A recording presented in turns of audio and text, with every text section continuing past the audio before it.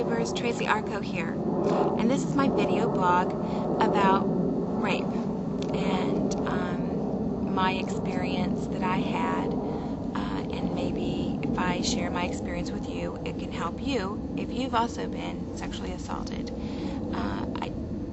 My situation was somebody I had gone out with in the past, and they stalked me, and then my assault happened.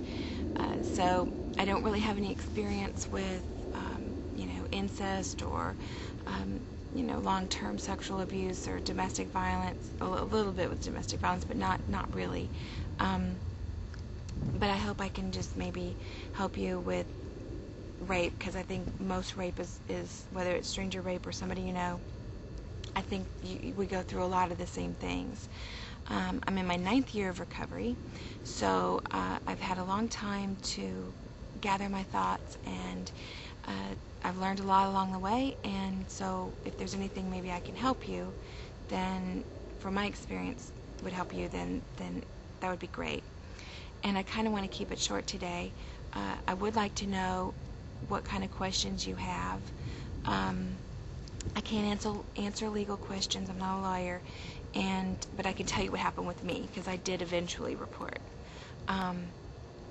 So I mean, there's some things that you can ask me, and I think you can email me here or at Tracy it's TRACEY at Famtastic Living, and that's fantastic with an M instead of the N.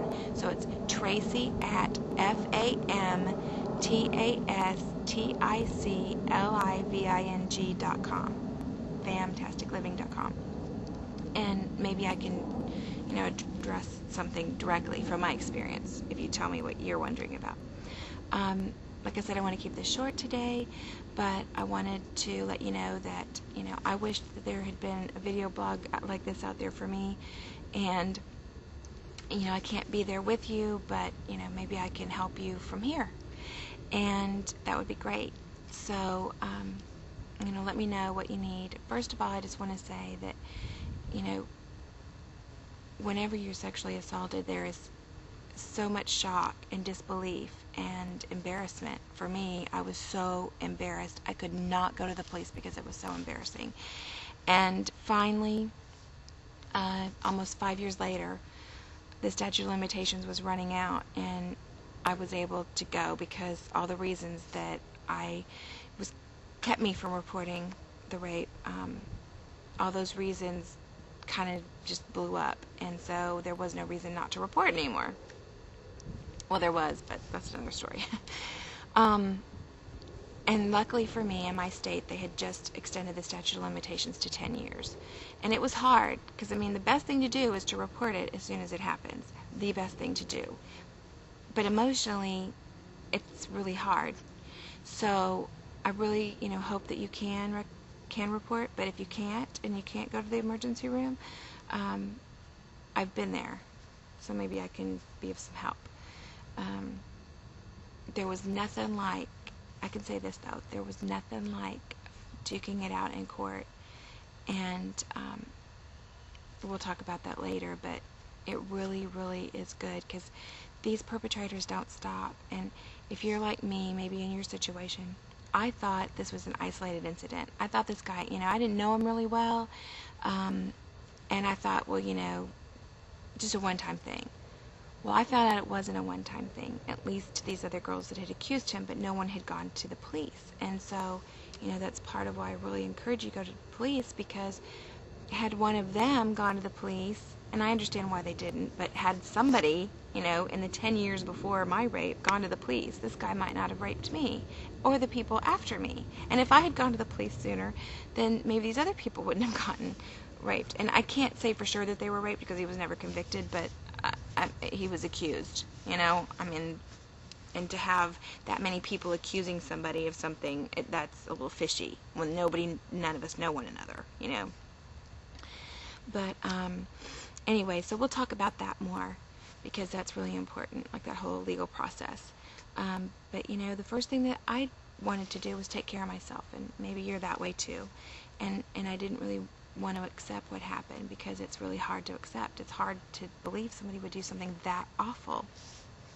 And most rape is premeditated, so the fact that they thought it out first, and why did they pick you? And I understand there's a lot going on, so I recommend really strongly, and I didn't do this, and I wish one of my friends or somebody would have suggested it to me. I didn't call a rape crisis center because I was in denial, and you try to minimize. A lot of times you try to minimize, so get out of denial enough to make the phone call, because it's really helpful. And if you're a friend and maybe they've been sexually assaulted, or just recently, or in the future somebody's sexually assaulted that you know, really, really, really help them. Maybe dial the number for them. And you can go to rainn.org, or is it rainn.com? Can't remember. RAINN. And they have a list of facilities and all the different agencies and whatnot across the United States. You can also look in the phone book, and you could probably call the police department. You can call the non-emergency number if you don't want to make a report. You can just ask them, is there a rape crisis center? That works. And so anyway, do what you can, because sometimes there's a waiting period because there's not enough resources for the amount of people that need the help. So see what works out for you, but I really encourage that. And one note on that is that, sometimes the wrong person talks to you, or I don't know. I'll just tell you what happened to me, and I don't know what the lady's problem was. But I went to the Rape Crisis Center. I was talking to an intern, and a supervisor got involved and decided to come in, or whatever, maybe because this person was training. And she said, I don't believe you were raped. You just need to go see a psychiatrist and get some medication. Yeah, you're depressed. That's what okay. She said, you're depressed. You need to go to a psychiatrist and get some medication. Well, I think most people that are raped go through a depression. And then secondly, I had a newborn baby, and I wasn't sleeping because of the colic and whatnot. So, and when I said that, she said, well, that's a symptom of depression. You're not sleeping. I was like, lady, I have a baby up all night screaming. How can I sleep? So, be aware that happens. And, sometimes, even sad to say, but sometimes there have been law enforcement that has told somebody you weren't raped, and they really were. So, and I'll go over what happened with me with law enforcement too down the line. But I did go find another place to get counseling, and that was really, really helpful. So, you need to talk to somebody that knows what they're doing before, I don't know. You just need, as much as you probably want to be talked out of it, you need to recover from this, because if you don't get treatment and you don't recover, your life just isn't going to be the same. It's altered anyway because of a sexual assault, but let me tell you, from getting help and seeing people that haven't gotten help, it really makes a big difference. And I know you can't see any scars on the outside, but there's scars on the inside, and it really, really helps to get counseling and to get involved in a support group if you can, or whatever. So, each of us have a unique circumstance, but we go through pretty much the same thing. You go through the denial, and you go through the grieving and all that, and you really need to have someone help you through it, because statistically, rape victims go through a lot of medical problems. As time goes on, if they don't get treatment, you can fall into addictions, any different kind of addictions, even sexual addictions. You can fall into gambling addictions, drug addictions, alcohol addictions. So, for the good of your life, it may have been shattered, and you may be shattered right now, but you don't have to stay shattered. There's a light at the end of the tunnel. There really is. I can promise you that.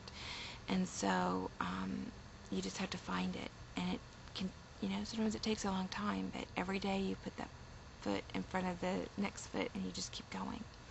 So I'm going to end it here, and hopefully come back to see you soon. Just drop me a line. Let me know if there's something pressing for you, and I'll see what my experience taught me or showed me, and I can share it with you. Okay, thanks. Talk to you later. Bye.